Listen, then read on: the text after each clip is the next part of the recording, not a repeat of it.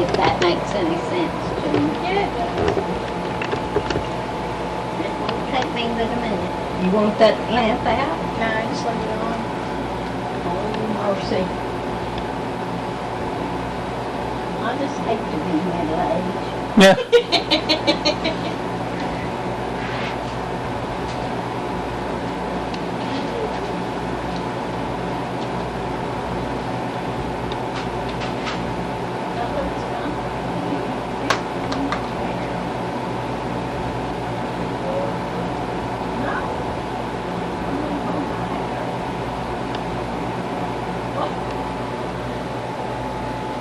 Cut.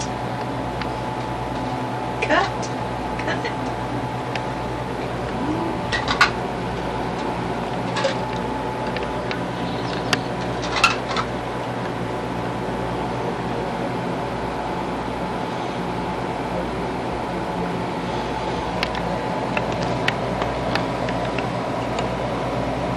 That's not what I meant. I'll just start turning it hard. You shouldn't be doing this. Why? Well, because this is not what you came here to do. What I was trying to ask you was,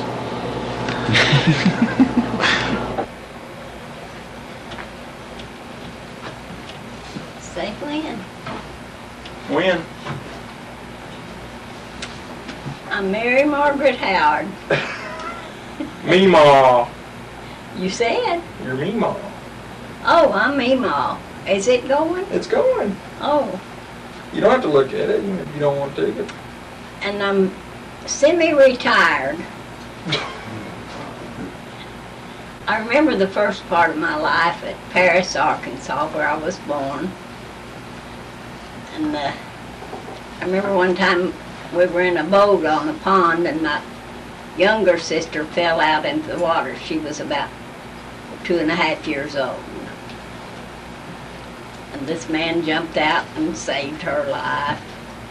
And I remember walking down to the store, which was quite a ways then, but nobody rode.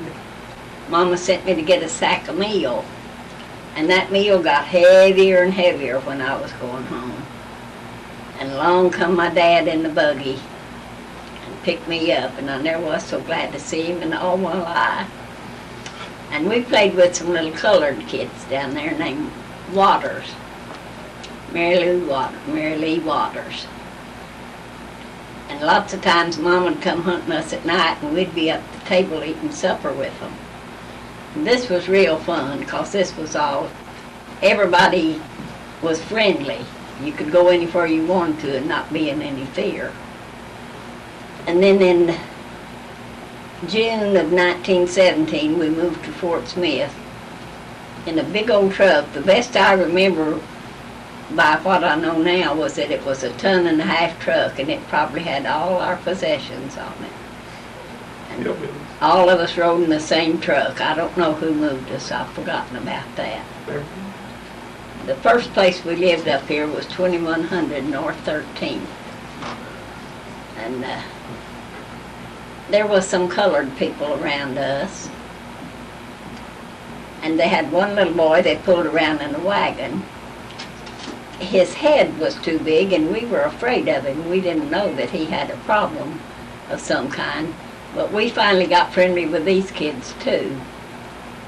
And then we started moving around. I don't know why we moved so much. We must have lived about 40 or between 40 and 45 places before we moved to this house. And we've lived here longer than that now, so I'm not going to tell you how old I am.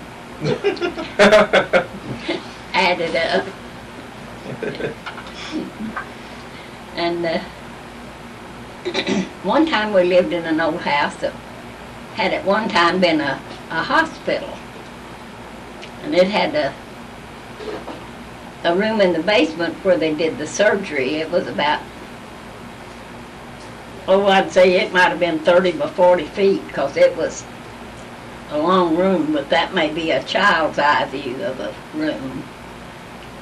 And we had to come down 2 little flights of stairs to get down there because it turned by a window.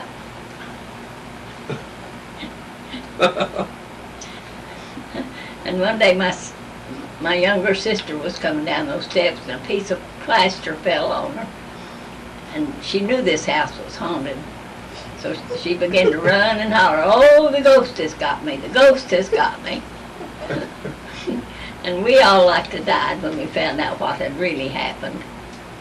And then my sister, older sister, had her 17th birthday. We had an old Victrola that you had to crank up.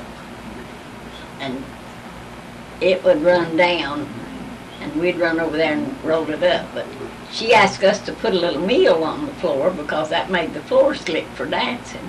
Hey, what was your older and younger sister's names? You're not giving names. Oh, my younger sister was named Enid, and my older sister was named Thelma.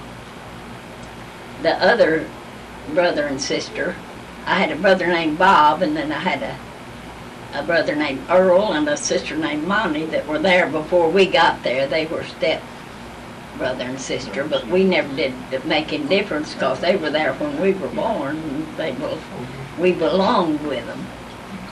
But Thelma was the one that had the 17th birthday, and we'd wind up that old Victrola. Lord, it was fun, but we put a little meal on the floor like she asked us to. But what we actually did was put a 10-pound sack of meal on the floor, and then she made us sweep it up.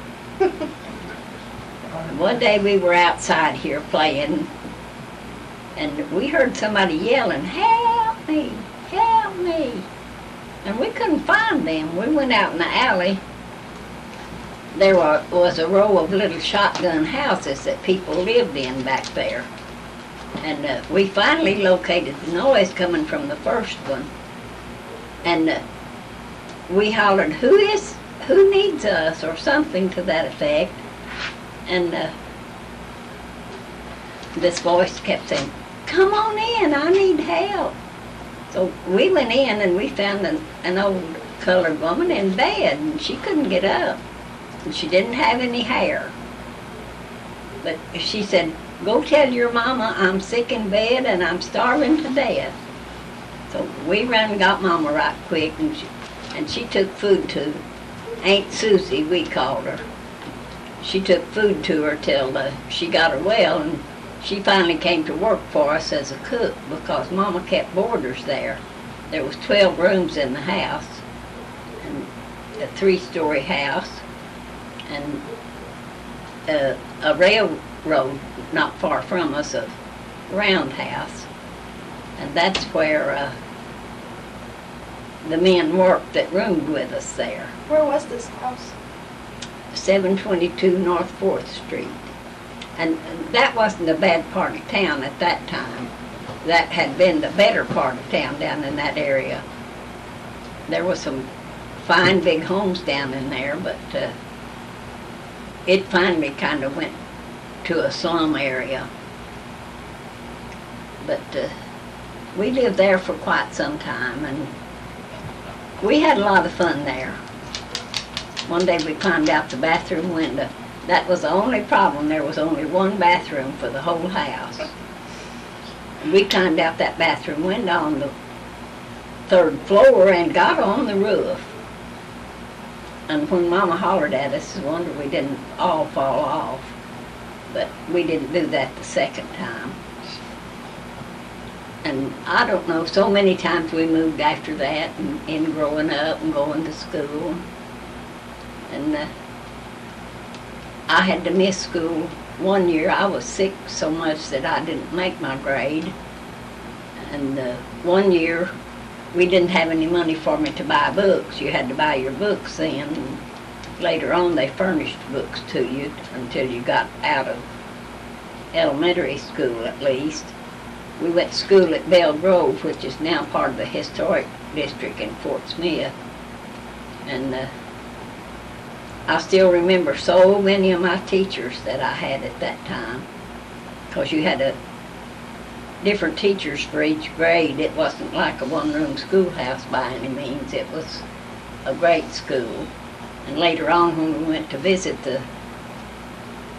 the school after they made it part of the historic district, you could tell the big old cement steps had, you could see where people had walked on them till they were worn. And that was it was a good school. Then later we went to Fort Smith High School. Started with the 8th grade then. It was Darby.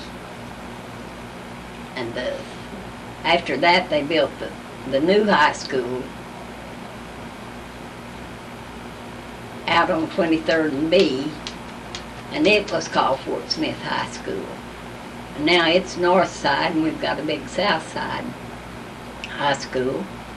But I went over to north side the first year it opened in 1928, and got out there in 1931. And later on we had our 50th reunion, and that was real fun. We didn't have any coverage for that, but we should have had. And then growing up, I can't think of so many things that we did. We went to the old Bob Wills dances downtown at the Winter Garden, and he was the best well-known Western band in this area. Well, actually, he got famous all over for his records, and I've still got a couple of the originals that we had from him. I love to dance. I had to dance. I just couldn't do anything but dance. It was there. And sometimes we'd have a burnout dance, which meant that the orchestra didn't stop from 9 to 12. You just danced as much as you wanted to. And my brother-in-law, Edgar Meeks, had a band. He was married to my sister Enid, and called it Edgar Meeks and the Vagabonds. And it was a pretty good band. He was the drummer. We had Jimmy Grace's band, which was one of our better bands, and we had Paul Lewis was the one I liked. He played the good old songs that everybody loved. And you could just dance anywhere. One night we were dancing at the Glass Hat, and this big, tall man, they kept talking about the Charleston, and that man come over and asked me to dance, and everybody cleared the floor. We danced the Charleston. And that was a riot. Did you win the contest then? That was... Yes, I did win some contests, but I don't. It was just a fun thing. It was just a dance. I danced with it right on up to swing and jitterbug. Swing I like the best, I think. I like to waltz if you had a good partner. One night I had a partner that reached his arm around and kind of covered my head up. He said, "This is a waltz." He was so tall he couldn't see. I couldn't see the way he was holding my head. But enough of that dancing. And, later on, I got married to John Henson. I had Marjorie Henson, and John Robert Henson. I lost John Robert just before he was 2 years old to diphtheria. And then I remarried to Everett Howard. He died in 1955. I had 3 children with him: Nancy Irene, Thomas Everett, and Eddie Ray, in that order. And I do want to say that I've got the most wonderful family in the world. They've got children now, and they've got grandchildren. And everybody, I just have a family that I'm proud of. That they're all so good to me. I can't tell you what pride I have to know that I've raised a family this good.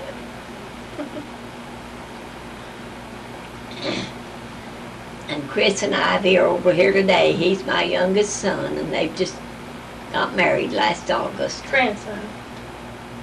Oh, Grandson. oh God, he's my youngest grandson. I'm surprised I haven't made more mistakes than this. And he just had to do this thing. I don't know if I've said enough or if I've got so many tales to tell. I know another tale. What? Something about doing a cartwheel on the avenue. Oh my. When my first grandchild was born, Aaron Colleen Connor, she lived in Kentucky. And my mother was sick in the hospital. And they called and I had a long distance call. And I had to come home, which wasn't very far from the hospital. And got the news that my daughter Nancy had had the baby girl. That was in 1960. The next morning when I went to work, my oldest son wanted to use the car. And I said, no, because you wouldn't let me do what I'm going to do this morning. He said, I'll let you do anything if you'll just let me have the car today. So we drove down toward Garrison Avenue, and when he got in front of the big Catholic church at the head of the avenue, I said, stop right here. And I got out and turned a cartwheel for my first grandchild. And I did that for each one after as long as I was able. And I've got 12 grandchildren now. I have a stepson named James, and he has 4. Eddie has 3. Everett has 2.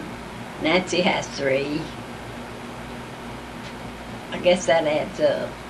Margie has. And Margie didn't have any children, which... Oh, yes, she does. Oh, she has her cats and dogs. Amen. She does have children. And if one of them dies, I hear from it, and I hear crying on the other end of the line. They're her children. The only sad thing I hate is that she'll never know the joy of having grandchildren, which is one of my best things. And I just tell you, I don't know what else to talk about. Nancy lives in Kentucky, and when she gets to come home, we really have a get-together around here. We do our best. Sometimes everybody can't get here at once.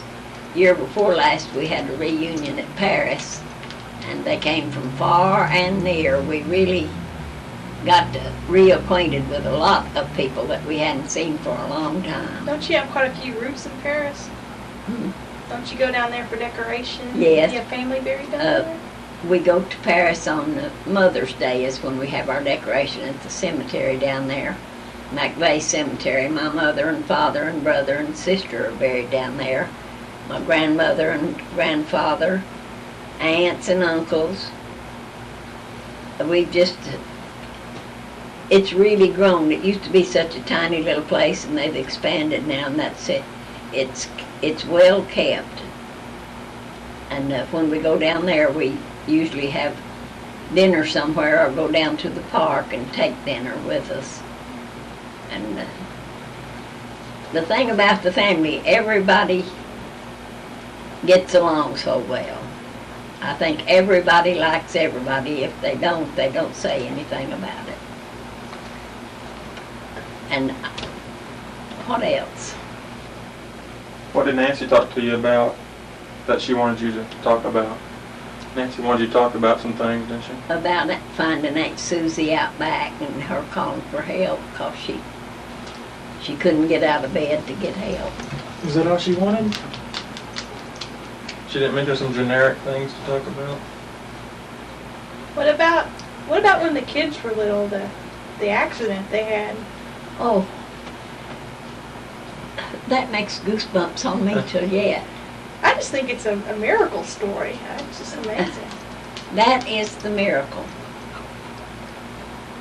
My kids went to Poto one morning to visit my sister and her family. Margie was driving. She was 18. She was driving her boyfriend's car. And Everett and Eddie and Nancy went with her. Nancy was in the front seat, Everett and Eddie in the back. And when they came to a curve just outside of Poto, there was a car parked there, and she swerved to miss this car. and turned over, must have been about 3 times from the distance, and landed in the middle of a big old strip pit. It must have been about 15 feet deep in the water. And Nancy hit the windshield. She had to have 30 some odd stitches in her face and around her eyes.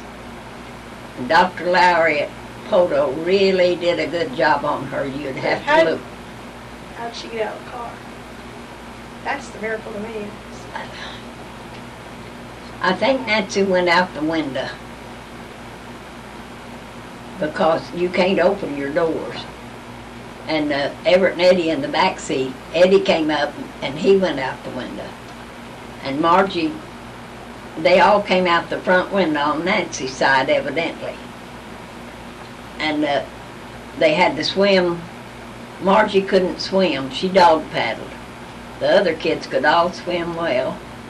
They got over to the bank, and then it was about 15 feet up to climb on a wet bank that was almost straight up and down, and they couldn't climb it, so they started yelling. And somebody stopped and asked the old man parked in the car. He was parked in that car. Asked him what that was. He said, oh, it's them people up in the mountains, and he saw that car turn over and go in that water.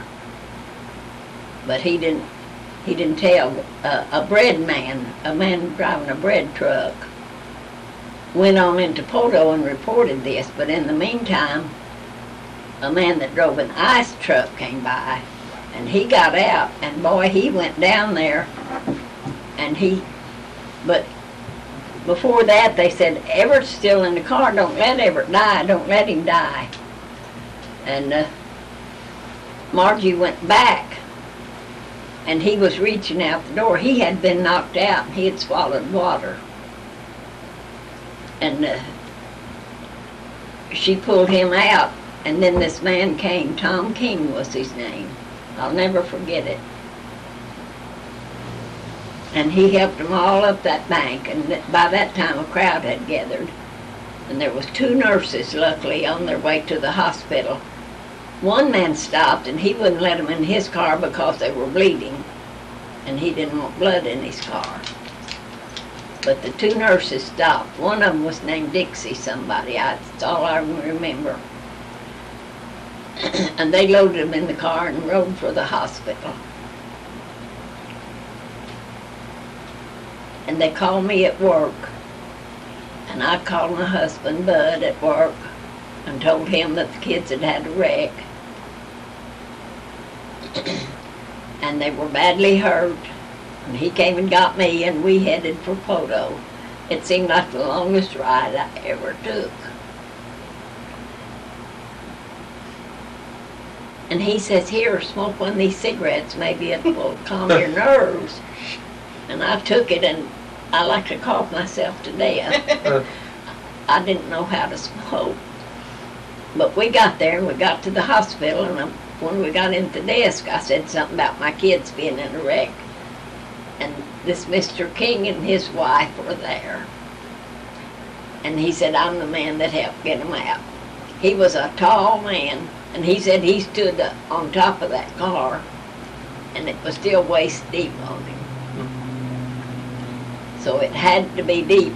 If we hadn't got them out, later on they drained that that pit. We would have found that car with 4 little skeletons. Oh, Mimaw, it's okay. So, did you win the Charleston contest over here? Sure. On a little lighter subject? Oh, okay. I won some contests. Oh Lord, the old Joy Theater. I'm forgetting things. You remember? Heavens. Talk about happy things. This was in 1926. On Joy Theaters between Garrison and Rogers on South 9th. I mean, 9th South on coming out of Garrison. And they had the amateur contest, they called them. I was 15 years old. I was skinny. I had on a little dress about to my knees. I was just a kid. I was not a grown-up 15. And there was a girl in there named Louise that was 16, and she danced. Oh, she was so grown up, and she had makeup on, and she just knew she was going to win that contest. But when I went out there, everybody just clapped, and I got a standing ovation. And I won $5. I'd buy you a car back then, wouldn't it? At that time, that would have paid a month's rent. Good gosh. That $5 was the biggest money I ever saw. But Ollie Brownlee run that theater at that time. Since then, it has burned down. We lost a big stage and a big theater. But that was the Charleston contest of all times.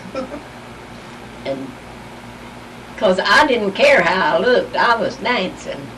And I just give it everything I had. And I don't know, we used to win. My younger sister Enid and I used to go to dances with my older sister. Mom would make us little costumes, and we'd put on little dances. And when you got through, people would throw money on the floor. And we'd pick up that money. We're so happy we had some money. Money was scarce. And the Depression came, and it was scarcer. And, Lord, we used to walk down to the ice plant to get ice for the old ice box. You didn't have refrigerators then. You lifted the lid and put the ice in the top. And we'd take like a piece of a broom handle or something and hold each end, and they'd tie a cord around the ice or a string of some kind and tie it on that stick for us, and we'd get one on each side and take that ice home before it melted. We had to hurry. And you had little square things that cards about a foot square, and it'd say, I don't remember the pounds exactly. You could buy 15 pounds of ice or 25 or 50, and you'd put your card in the window with the number at the top of the amount of ice you wanted, and then the iceman would bring it in, put it in your ice box for you. Of course, it didn't keep everything real good, but it was better than nothing. And, we had things that you couldn't believe. We had people that, I guess they were street people, like Crazy Grant, we called him. We shouldn't have, but everybody did. He was a colored man, and he'd go along the streets with his hand up to the side of his face, and he'd song along. He'd say, "Hey, Peckerwood." It didn't mean anything. It probably did to him. And then we had an old man and woman on a wagon that we called Cos Coble and Cos Annie. And they went around and picked up junk and stuff. And we had one man we called Frisco Slim. And they said he had a college education, but he had just become a do-nothing. He just strolled around the streets. And I don't know how he ate. I guess people, maybe he knocked on doors and people fed him. I don't know. But these were people that you could say hi to, but we didn't know them, but everybody knew who they were. And we had one man lived across the street from us who was Chinese, and we were really scared of him. He did laundry for people. Jim Lee, that was his name. I forgot his name there for a minute. But there's so many things happened, it'd take me a month to tell everything, and then nobody would believe half of it. You gotta squeeze everything in an hour and a half. Are we done? No, you got an hour and a half left on the table. Oh, no, I can't fill that tape Sure right you now. can. No, I'll do it again sometime. Nope. You're not done. You're not even done. I can't think of stuff.